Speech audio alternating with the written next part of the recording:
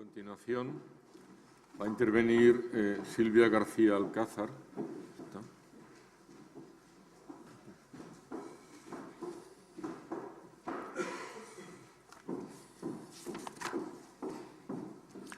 Profesora del Departamento de Historia del Arte de la Universidad de Castilla-La Mancha, que va a hablar sobre Pedro Antonio San Martín Moro y la creación del Museo Arqueológico de Cartagena. La presentación para... ¿Qué? La presentación. Sí, el ratón. El teclado, dale, perdón, escape. ¿Y dónde está aquí? Este es el tuyo. Sí.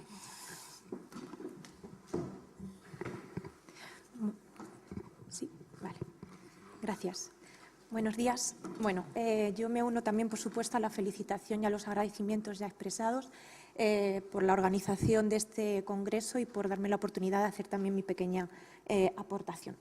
Bueno, antes de comenzar, me gustaría decir que esta comunicación ha sido realizada en el marco del proyecto de investigación, cuyo título ven ahí, relacionado con los arquitectos restauradores de la España del franquismo. Y a través de este y de otro proyecto anterior pude descubrir y después ir profundizando en la figura de Pedro Antonio San Martín Moro, el cual, además de ser arquitecto, como vamos a ir viendo, fue un importante arqueólogo. Bien. El objetivo, como digo, principal de esta comunicación es, por tanto, aludir a su figura y poner de relieve la gran relación que éste tuvo con la ciudad de Cartagena y, más concretamente, con su museo arqueológico. Es imposible hablar del origen y el desarrollo de la arqueología en esa ciudad sin hacer referencia a Pedro Antonio San Martín. Él nació en Valladolid en 1921. Y desde muy joven manifestó interés hacia todo lo relacionado con el arte, la arquitectura y la arqueología. Desde el punto de vista profesional se dedicó a la arquitectura, obteniendo su titulación en el año 53 en la Escuela Superior de Madrid y solamente un año después llegaría hasta la ciudad de Cartagena, donde trabajaría como arquitecto de Hacienda. Además, justamente 2 años después, estando ya muy relacionado con el tema de la arqueología, fue nombrado director del Museo Arqueológico Municipal, cargo que desarrolló de forma simultánea con el de comisario local de excavaciones. En el año 67 se le nombra arquitecto ayudante de la séptima zona, encargándose de la restauración de los monumentos y de los yacimientos arqueológicos de Murcia y trabajando también, aunque de una forma prácticamente testimonial, en las provincias de Alicante y también de Almería. A lo largo de los años 70 trabajó muchísimo, tanto en el ámbito, como digo, arqueológico y arquitectónico, y durante los 80 se vio también muy metido, por ejemplo, siendo una de las cabezas visibles de la solicitud de declaración de conjunto histórico artístico del casco antiguo de Cartagena, e incluso estando también involucrado en el hallazgo ya en el año 88 del Teatro Romano de la ciudad. Él, a lo largo de su carrera, que fue amplísima, recibió numerosos premios, reconocimientos y nombramientos, destacando, por ejemplo, el hecho de haber sido nombrado miembro de honor del Instituto Arqueológico Alemán y, finalmente, murió en la ciudad de Cartagena, en la que, como digo, llegó en el 54 y en la que estuvo hasta el año 2013, año en el que fallece, concretamente en el mes de febrero. Con su fallecimiento, como no podía ser de otra forma, el Museo Arqueológico de Cartagena le hizo un sentido homenaje, publicando un número especial de su revista, la revista Mastia, y organizando también una exposición donde se daban a conocer algunos de sus trabajos y proyectos más importantes. Incluso también el Colegio de Arquitectos de Murcia se unió a este homenaje también con una importante exposición. Bien, como digo, la relación de Pedro Antonio San Martín con la institución del Museo Arqueológico de Cartagena fue sumamente importante.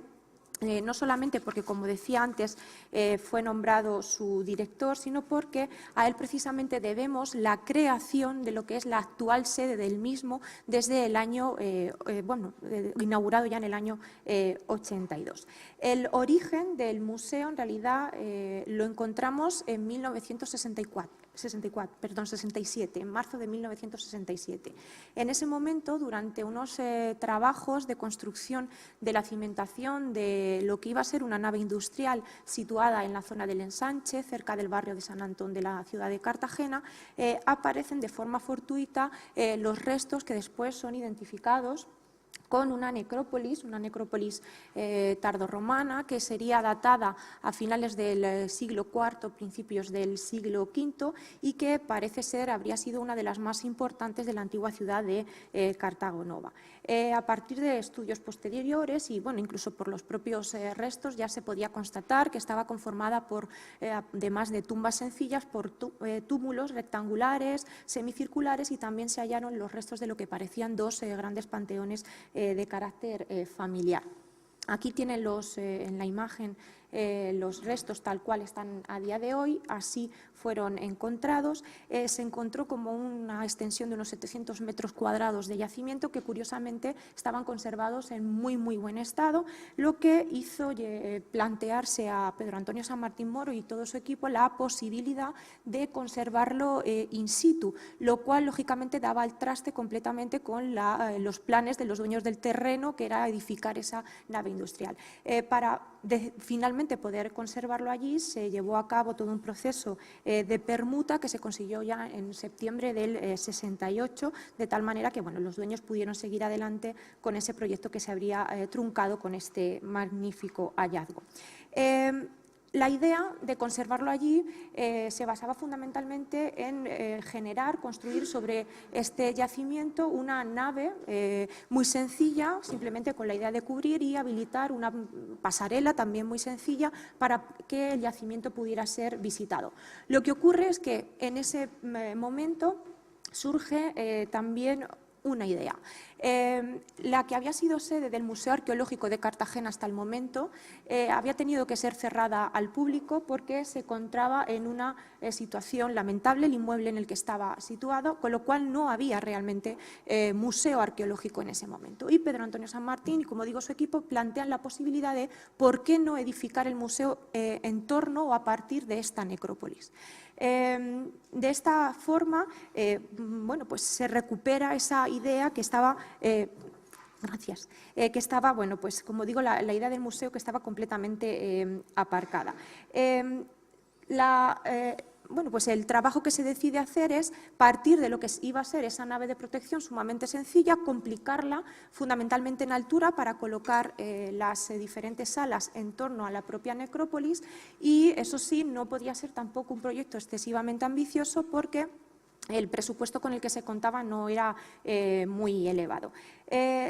Con respecto a estos trabajos, se conserva gran cantidad de documentación y de proyectos, no solamente en el Archivo General de la Administración, sino también en el Archivo Regional de Murcia, donde, por cierto, su familia, a la muerte de Pedro Antonio San Martín, cedió todo su archivo personal. Destacando de entre toda esa documentación, sobre todo y fundamentalmente, dos proyectos, uno del año 69 y otro del año 72, donde se va, como digo, contando cronológicamente paso a paso toda esta idea previa y cómo se va cambiando partiendo de esa nave más sencilla para después acabar generando el proyecto de la creación del museo. La idea de Pedro Antonio San Martín Moro era algo bueno, pues, muy sencillo, lo que están viendo en este plano, dejar la necrópolis en el centro o parte de ella, porque hay otra parte que se queda fuera, y alrededor de la misma, en dos pasarelas voladas, generar lo que sería el discurso expositivo del museo. La construcción se basaba en unos sencillos pilares que fueron estratégicamente situados con el fin de no dañar, lógicamente, en ningún momento ninguno de los túmulos que se habían encontrado y sobre estos colocar las pasarelas en dos alturas que estaban realizadas fundamentalmente el ladrillo y se utilizó también en la construcción el hormigón.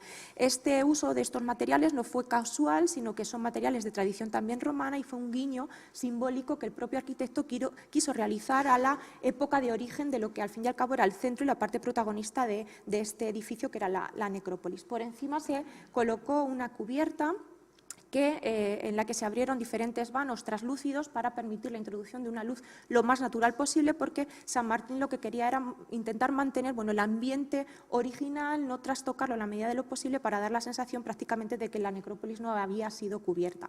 La construcción fue muy dificultosa, el propio arquitecto y arqueólogo se queja de que fue muy intermitente, se paró en varias ocasiones, tanto es así que no se inauguró, como decía, hasta 1982. Pero es cierto que tenemos constancia de que desde ya 1974 empezaron a llegar algunas de las piezas que formaban parte de la colección del museo desde su anterior sede hasta esta, aunque todavía no había sido completamente terminada.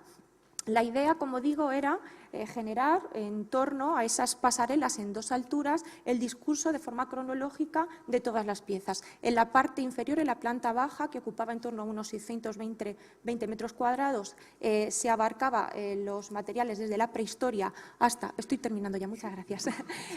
Se abarcaba desde la prehistoria hasta el siglo XIII, no, lo entiendo, hasta el siglo XIII, y en la segunda planta, que tenía como 480 metros cuadrados, se encontraban allí los materiales que iban desde época bajo medieval hasta en ese momento el siglo XX. En la actualidad, la verdad es que la visita al museo sigue manteniendo en gran parte la esencia de lo que fue el concepto original de Pedro Antonio San Martín Moro, con lo cual entrar allí, además de una magnífica experiencia arquitectónica, es una magnífica experiencia arqueológica, no solamente por la riqueza de los materiales de sus salas, sino sobre todo también por tener, como digo, como referencia principal en el centro la gran necrópolis. Y simplemente para terminar, quiero decir que una de las premisas en las que Pedro Antonio San Martín basó su carrera fue en intentar unir en sus trabajos lo que era su gran pasión, que era la arqueología, y lo que era su profesión, que era la arquitectura. Y yo creo, bajo mi punto de vista y algunos de los proyectos que conozco, es sin duda en el que más y mejor se constata esta idea. Nada más, muchas gracias.